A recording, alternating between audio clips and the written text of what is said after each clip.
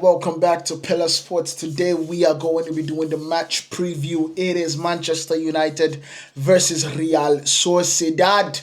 This is a game of the season. It is honestly a game where Manchester United needs to win. It is literally a last dance for this season. If we lose this game, the entire season will be dreadful because bear in mind, Manchester United will probably still be playing Premier League football till May. It's not like you get knocked out of the Premier League. And this season, all hope of this season lies on this game. And so, therefore, I have to give the game the context that it deserves. Manchester United are going to be facing Real Sociedad at Old Trafford. Of course, the time basically changes depending on where you're watching it from. However, this particular game is the second leg of the knockout stages. Of course, this is a new format of the Europa League. Knockout stages would absolutely lead you to the quarterfinals of the competition. So it truly is an important game.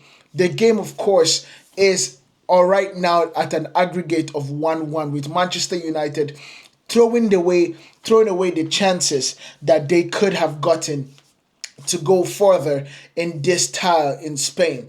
They had so many chances but did not convert those chances. And so when you're looking at the team form, Manchester United are struggling domestically. Everybody knows this. Manchester United are currently 14th place in the Premier League, and that is truly disappointing. However, Manchester United are the only team in the entire Europe for them to be unbeaten in the Europa League game. And I'm talking about UEFA game, whether it is the Champions League or the Europa League or even the Conference League. They are the only team to be unbeaten so far. And so we are hoping that this game is going to continue that trend with Manchester United actually winning. That is what we want. That is what I want. That is what I hope that the situation is. But Real Sociedad is doing not any better than Manchester United in the league, in their domestic league. They are not playing the greatest. They are having a lot of illness. They're having a lot of injuries. However, one of the key players for Real Sociedad is going to be back in this game, and his name is Martin Zubimendi. Of course, he missed the first game against Manchester United in Spain because of an illness, I believe. However, he is back and he is at Old Trafford. In fact, he trained at Old Trafford today. He is back and ready to go. He is one person in the midfield that gets that team to tick. Now, Real Sociedad doesn't score a lot of goals. However, one thing they can do is hurt you if you give them too many opportunities. And that is why Manchester United defense has to be all switched on. There have to be a switch. We need to absolutely be paying attention for the start to the end. There are some key moments that Manchester United fall prey to lack of concentration. We are looking at the first 5 minutes, the last 5 minutes of the first half, and the last 5 minutes of the 90 minutes. Those are the 3 points that we always fall to lack of concentration, and we need to absolutely play a 90 minutes game of full concentration, an honest full match game. We need to. This game is absolutely a must. It is a must win. It is a must win for these players. Now let's go into the injuries. Manchester United has suffered key injuries to a lot of players. You see the likes of Harry Maguire is probably out for this particular game. You see Luke Shaw, a very pivotal player for this team. Lisandro Martinez, of course, we know he's not going to be coming back this season because of his ACL injury. But I think we do have enough to actually win this game. We do have enough to win this game. Real Sociedad, of course, are also missing a lot of players. Of course, like John Abramburu. I think if I butcher the name, I'm sorry. I'm sorry. John Pancho, Pacheco. I think that's his name. So these are players that they are also missing. So there's really no excuse in this situation. Manchester United have what it takes. Based on how we played Real Sociedad in the first leg, we need to win this game. We truly do. We do have some players that are back in training, but will not be. Some of them will not be available for this game. We have Manu Ugarte coming back. Mason Mount coming back.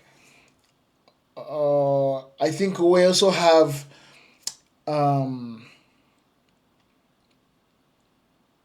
we also have Patrick Dogu back also. So that's pretty good in terms of the caliber of teams that we actually and players that we actually have to select.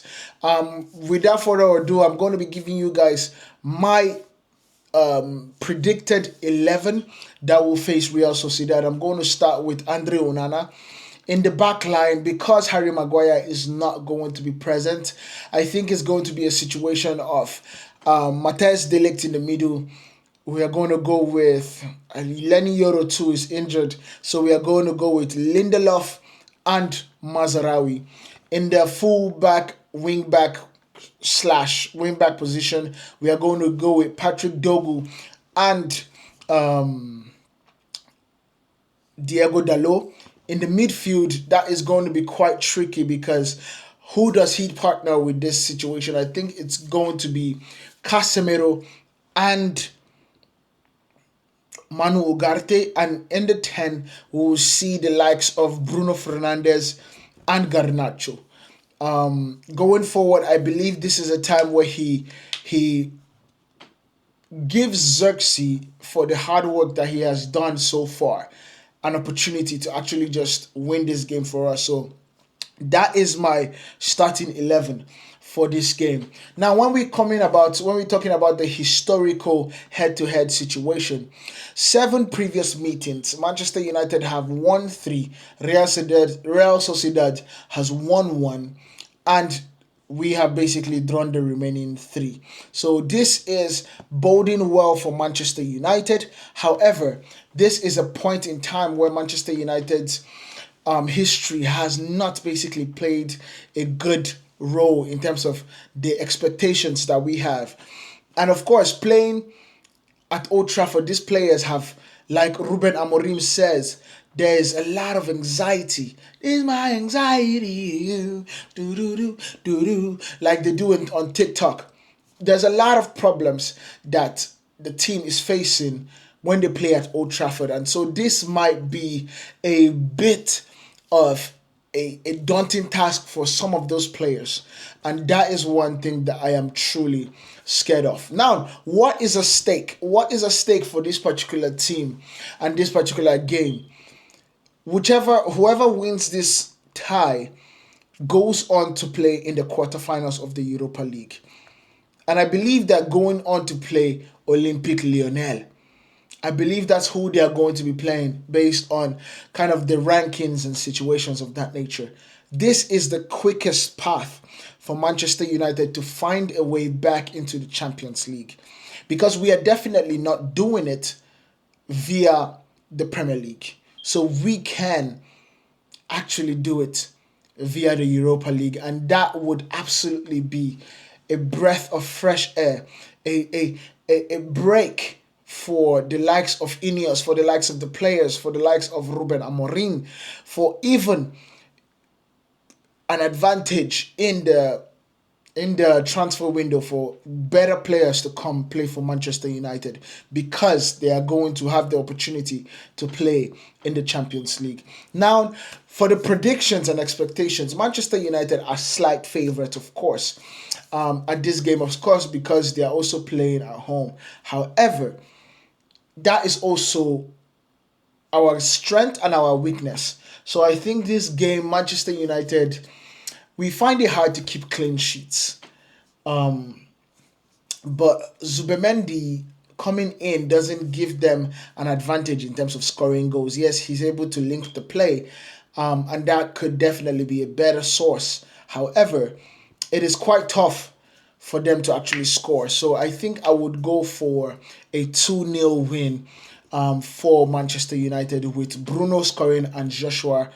I think Rasmus is going to score tomorrow. But either Rasmus Højlund or Joshua Zirkzee. Let me know what you guys think about this down in the comments. Make sure you guys hit that like button, hit that follow button if you haven't. We have absolutely, and I have to say this before we move any forward, we have hit a goal that I set when we started this YouTube page. I said that the first goal that we needed to hit was 500 subscribers, and we just hit 500 subscribers. I want to sincerely say thank you for every single person that has subscribed. And for those that haven't subscribed yet and you are still watching the video at this particular point of the video, I want to say thank you for giving us your attention, giving us time for us to be able to figure out this world of YouTube. And so make sure you guys hit that subscribe button so we can hit the new goal. The new goal is 5,000 followers, and I'm putting it out there in the world because I want to hold myself accountable to give you guys great content so you guys can continue benefiting from Pillah Sport. Let me know what you guys think down in the comments. I'll see you guys in the next one.